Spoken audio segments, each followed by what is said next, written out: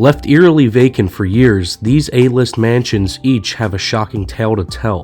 From apparent hauntings and heartbreaking tragedy to shameless corruption, protracted legal battles, and a cult takeover. Brace yourselves as we reveal the eyebrow-raising stories behind these abandoned celebrity mansions, including Muhammad Hadid's tragic mega mansion, Boris Becker's squatted villa, and Nelly's luxurious mansion that was left empty for almost a decade and now has a new owner. Up first, we have Nelly's lavish Tuscan-style mansion. During the early 90s, you couldn't turn on the radio without hearing Nelly's huge hits Dilemma and Hot in Here. The rapper is still thought to be worth an astonishing $40 million. Back in 2002, during the height of his fame, the star bought this lavish Tuscan-style mansion for an estimated $2 million. Reports suggest that Nelly never actually wanted to live in the house. Instead, he purchased it with the intention of flipping it, much like some of the other well-known celebrity house developers. But for some unknown reason, the 10,800 square foot mansion has sat empty for the past 2 decades. Though it's unclear why the Ride With Me singer ditched his makeover plans, it's likely the home proved too expensive to restore. Sitting on a prominent 12-acre lot in Missouri, the home benefits from fantastic landscape views from almost every room, while the exterior has a white stucco finish with castle-like turrets. The interior is brimming with high-end fixtures, think vaulted ceilings, arched windows, marble floors, full-height fireplaces, and imposing columns. Constructed in 1998, the home featured 6 bedrooms and 7 bathrooms, as well as a grand entrance foyer, a double-height lounge, and a great room overlooking the garden, yet it remained unfinished. In fact, the house currently has no plumbing and some rooms are missing floors. This extreme fixer-upper certainly has plenty of renovation potential though. Outside, the huge garden offers an abandoned basketball court and pool, as well as woodland trails that wind down towards the river valley. Nelly eventually decided to part ways with the property, listing it for $599,000 in February of 2021.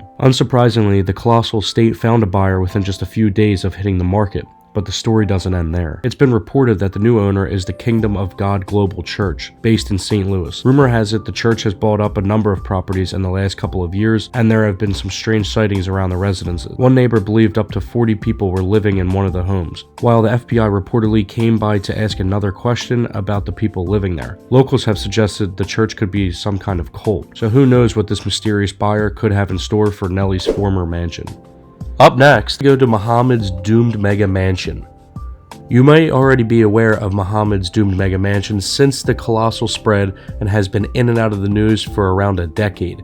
Owned by multi-millionaire real estate developer Muhammad Hadid, father of supermodels Gigi and Bella Hadid, the extensive estate at one time could be on a hillside plot in Bel Air, Los Angeles. Since construction began in 2011, Hadid has been locked in a fierce legal battle with the Los Angeles authorities. The rather ambitious self-build project has caused plenty of controversy due to its scale and location. Muhammad apparently intended to build a 14,000 square foot mansion on the lot, but by 2014 the property had grown significantly in size without the necessary permits. Pictured here, the local authorities discovered that Hadid's new home covered 30,000 square feet across all the floors. They immediately revoked the developer's building permits, which should have drawn any construction work to a close. Yet Muhammad is rumored to have carried on regardlessly, adding a 3rd floor and a pool deck, all without a license. The LA authorities decided to take action, and Hadid was sentenced to 200 hours of community service for illegal construction. Then, in 2018, Muhammad's neighbors, who dubbed the huge man's Starship Enterprise, rallied together across the LA Times, and according to the LA Times, brought a lawsuit against him over the fears the hillside home was on the brink of collapse. After a lengthy legal battle, the developer lost his case in June 2020 when the California Supreme Court declared the property a clear and present danger. The property sat unfinished and abandoned for 10 years, and after a failed attempt to stop the destruction by declaring bankruptcy, the unbelievably extensive abandoned mansion hit the real estate market in January of 2021 for $8.5 million, which is a huge loss considering the real estate tycoon hoped to sell it for $100 million.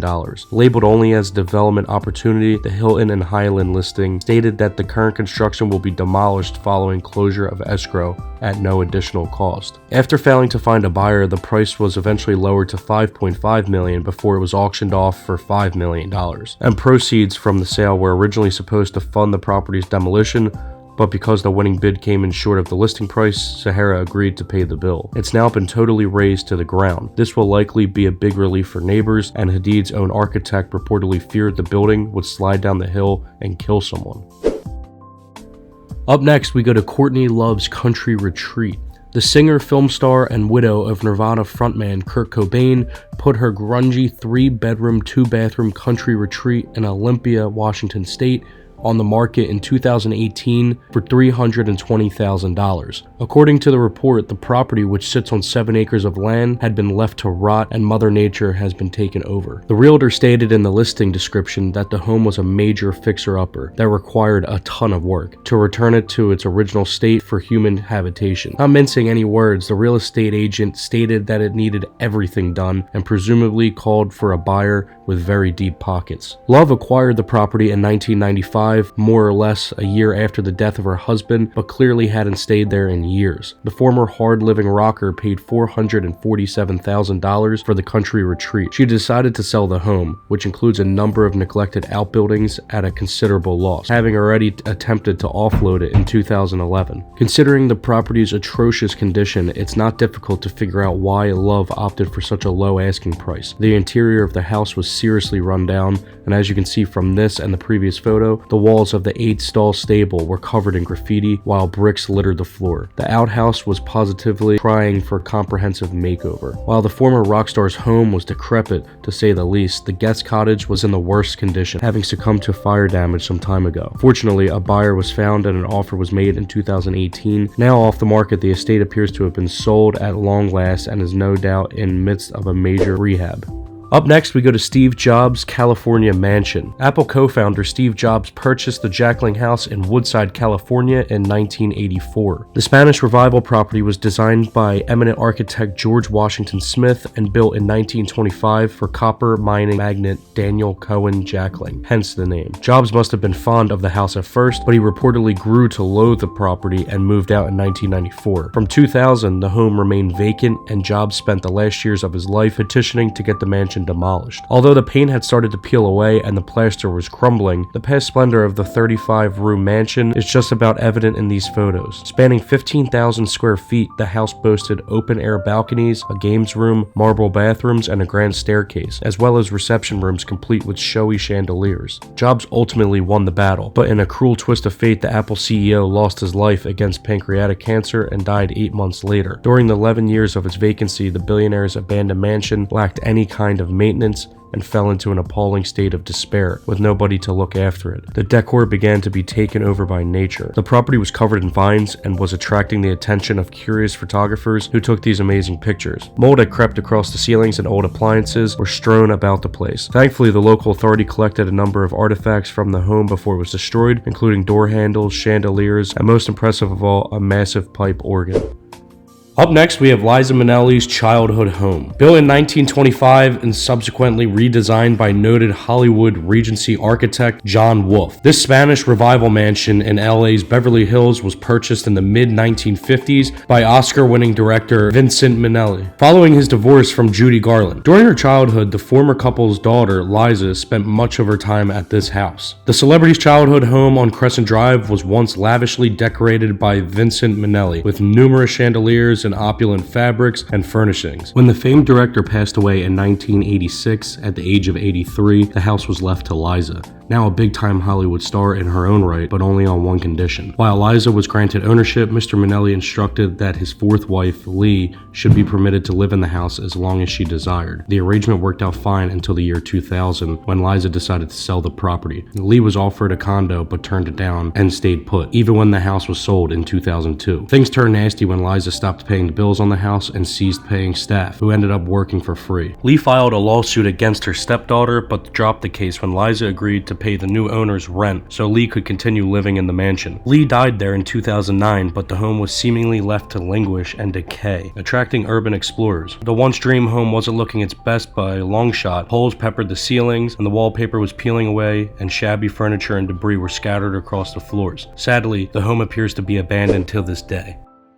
The Queen really outdid herself in 1986 when she gifted her now disgraced son, Prince Andrew, Duke of York, and his wife, Sarah, Duchess of York, a 665-acre parcel of land on the Sunny Hill Park estate in Berkshire, following their wedding that same year. A Swiss 12-bedroom mansion was designed featuring grand reception rooms, stables, and a swimming pool, and construction work began on the flashy royal residence in 1987. Completed in 1990, the property was dubbed South York and the Dallas Palace due to its uncanny resemblance to the ranch house in the 1980s TV show of the same name. Andrew and Fergie's marriage broke down not long after they moved in, and the couple divorced in 1996. Yet the duo continued to live under the same roof with their 2 daughters. Following the Queen Mother's death in 2002, the Duke decamped to the Royal Lodge in Windsor, her former residence, and Sunny Hill Park was put on the market. The Duchess and their daughters followed in 2006, leaving the property vacant. The Duke, who has since become embroiled in the Jeffrey Epstein sex trafficking scandal, was said to have remortgaged Sunny Hill Park to cover the cost of renovating the Royal Lodge. He lucked out in 2007 when he sold it to Kazakhstani investor Keynes Rakishev for $21 million, $4.3 million over the asking price, in a deal viewed by some as very suspect. The ultimate owner was later revealed to be billionaire Timur Kolipev. By 2009, Sunny Hill Park was decrepit and the property was pretty much abandoned. In December 2013, planning permission was granted to replace the rundown royal residence with a sprawling manor, but demolition work wouldn't start until 2015. A far cry from the British royals' families' grand private homes, the eyesore was eventually reduced to rubble in 2016, and a shiny new mansion has taken shape in its place. Flush with cash at this time, Boris Becker bought the Spanish island of Mallorca in 1997. The German tennis ace purchased the property for a reported $598,000 and proceeded to spend a fortune on it, adding a pool with a Moroccan-style house, guest house, basketball court, and more. But the dream house soon turned into a nightmare. Becker was slapped with a $255,000 fine in 2004 for additions that weren't approved by the authorities and was ordered to tear them down. In 2007, the property was put on the market for a hefty asking price of $18.4 million, but no buyer could be found. The Grand Slam singles champion struggled to afford the upkeep. In 2011, Becker was sued by his gardener, who was owed $354,000. As ordered by the Spanish court, the property was confiscated until the outstanding bill was paid. It was confiscated again in 2014 when Becker failed to settle an invoice for building work. Becker eventually paid the invoice and reoccupied the property, only to lose it for good following his bankruptcy in 2017. The finca passed to the administrators but was commandeered by German squatter George Beres and members of his so-called Intergalactic Auxiliary and Rescue Command. In 2019, a legal court ruled against the squatters and ordered them to leave, with the crew removed by the police in January 2020. Now crumbling, the abandoned mansion faces an uncertain future. Becker may have had the law on his side when it came to squatters, but according to The Guardian, he himself was jailed for 2.5 years in April 2022 for hiding millions of pounds worth of assets following his bankruptcy, including a share of $1 million in property in Germany. The former tennis star is set up to serve half of his sentence.